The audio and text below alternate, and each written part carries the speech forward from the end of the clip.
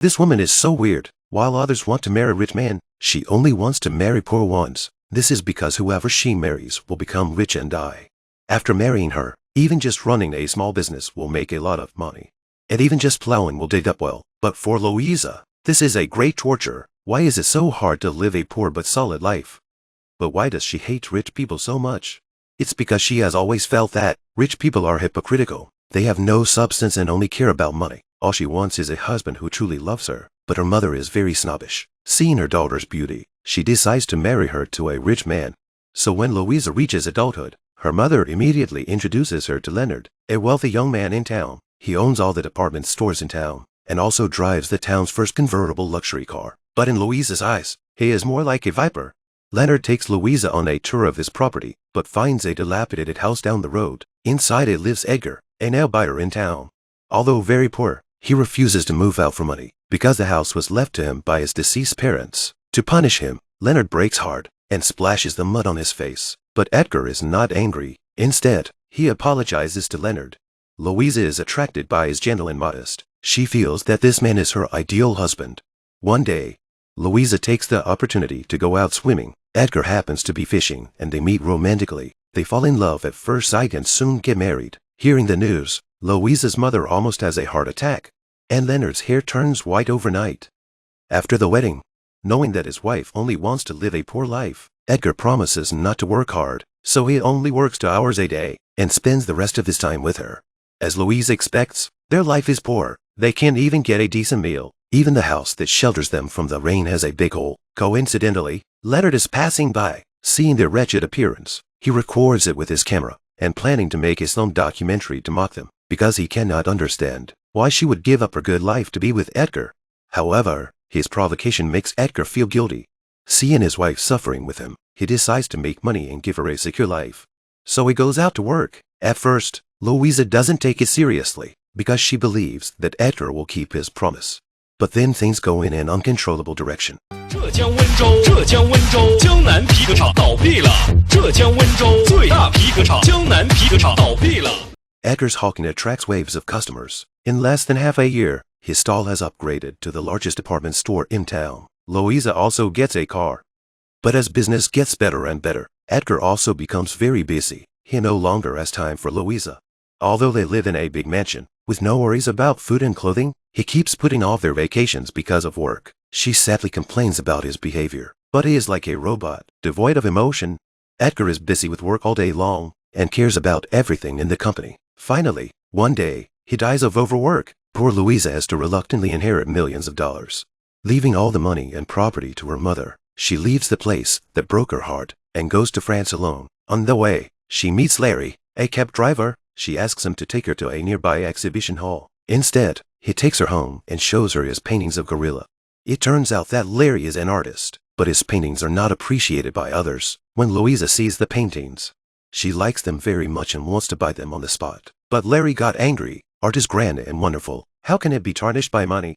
So he refuses her request. This action makes her believe that he is not tainted with money, the ideal husband she wants. So they soon fall in love and get married. After their marriage, she lives the life of her dreams, and Larry does not let him down. He only trades his paintings for food and never touches money. Later, Larry invents a method of painting with noise, using sonic vibrations to control the brush to paint. Thus he starts to create different noises, even using an electric drill. Although Louisa likes to live in poverty, she still cannot stand the noise either. So she suggests him try classical music. Surprisingly, the moment the music stops, the brush creates a beautiful work on the canvas. Shortly after, Louisa receives the bad news that Larry's painting is bought by a dealer for $400, and the dealer recommends him to other art lovers. Soon, Larry becomes a popular artist. His painting exhibition is out successfully. Merchants and aristocrats are eager to buy his paintings, and Louisa, not surprisingly, moves into a luxurious villa. To create art and to make money, Larry no longer has Louisa in mind. He also fails to escape the temptation of money. Louisa walks away in disappointment, but as soon as she leaves, the painting machine breaks down, and a sudden explosion kills Larry. The poor woman becomes a widow again. In desperation, she decides to return to America, but she misses the last flight that night. In the midst of her frustration, a man appears. Louisa instantly recognizes him. Rod, a wealthy, multi-millionaire maple syrup business owner. He kindly invites her to his private jet. As soon as they get on the plane, Rod's business calls keep coming one after another. Then when things finally quiet down, he goes to the cockpit to fly the plane again. Louisa can't stand the loneliness, so she comes to chat with him. To her surprise, they get along very well. He even puts off business calls for her. This makes Louisa feel even better about him. If marrying a poor man will make him rich, then why not just marry a rich man? Maybe she can get rid of the curse. With this thought in mind, she quickly gets married with him and lives a comfortable life. After the marriage, Rod gives up the management of his company. They go shopping and join all kinds of parties every day. But a year later, instead of bankruptcy, Rod's company's market value triples. This makes him furious. He thinks there must be a traitor in the company, running the company without his orders. But Louisa feels nervous. The curse on her seems to be working again. To save his life, they move to the farm. Coincidentally, the peaceful country life is also what Rod is looking for. After arriving at the farm, the serious man has a smile on his face. However, one day when Rod is about to go milking, not knowing that he has gone to the wrong shed, in front of a bull, he starts milking, and the angry bull kicks him in the ear. He falls to his death. As a result, Louisa inherits for the third time, and becomes a widow again. Where is the person who can lift the curse for her? This time, Louisa doesn't want to risk others' lives to find love. She goes to a restaurant and orders a cup of coffee. Seeing her sad face, Pinky, the man next to her, invites her to see his show.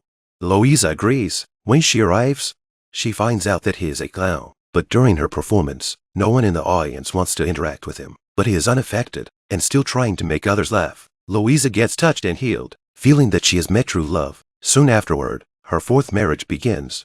Louisa's married life is tight but joyful. Pinky makes her laugh every day in different ways. One day, it is Pinky's birthday. With no time to put on makeup, he goes straight to the stage and starts to perform. Unexpectedly, his handsome appearance is welcomed by everyone. For the first time in years, he receives applause from the audience. After that, Pinky becomes a big hit. He receives many invitations. Even Hollywood directors invite him to act in movies. But things follow a similar course. After becoming popular, he starts to ignore Louisa again, so that she has to entertain herself in the mansion alone.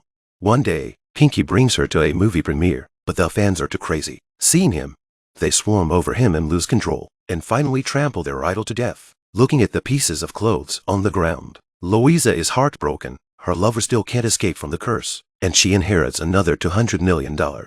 In order to get rid of the evil money, she decides to donate the money to the country. But when seeing the amount, the staff thinks she's crazy and sends her to a psychiatrist. However, when the doctor realizes that Louisa's donation check is real, he faints in shock. Just as Louisa is trying to wake him up, a cleaner walks in. It is Leonard, but a lot older with gray hair. It turns out that when Louisa's first husband Edgar became rich, Leonard went bankrupt all these years. He was working at the bottom of the ladder, but he never blames her. Instead, he thanks her for letting him go through all this, so that he can live a free life now. After all these circles, Louisa finally returned to the beginning of her life. So this is where she belongs all along. They get married and have 4 children, and Leonard barely makes ends meet by farming. One day, while Leonard is plowing the land, he suddenly digs up something. Black liquid goes straight to the ground. It is oil. Leonard is overjoyed, but Louisa bursts into tears. Why is it so hard to live a poor life? Then, 2 workers hurriedly arrive, accusing Leonard of digging up their oil pipeline. Louisa celebrates by hugging her husband. The curse is finally gone, and she can finally live a normal life. After all the twists and turns, what is in front of her is the best. If Louisa marries Leonard in the first place, would there still be the curse?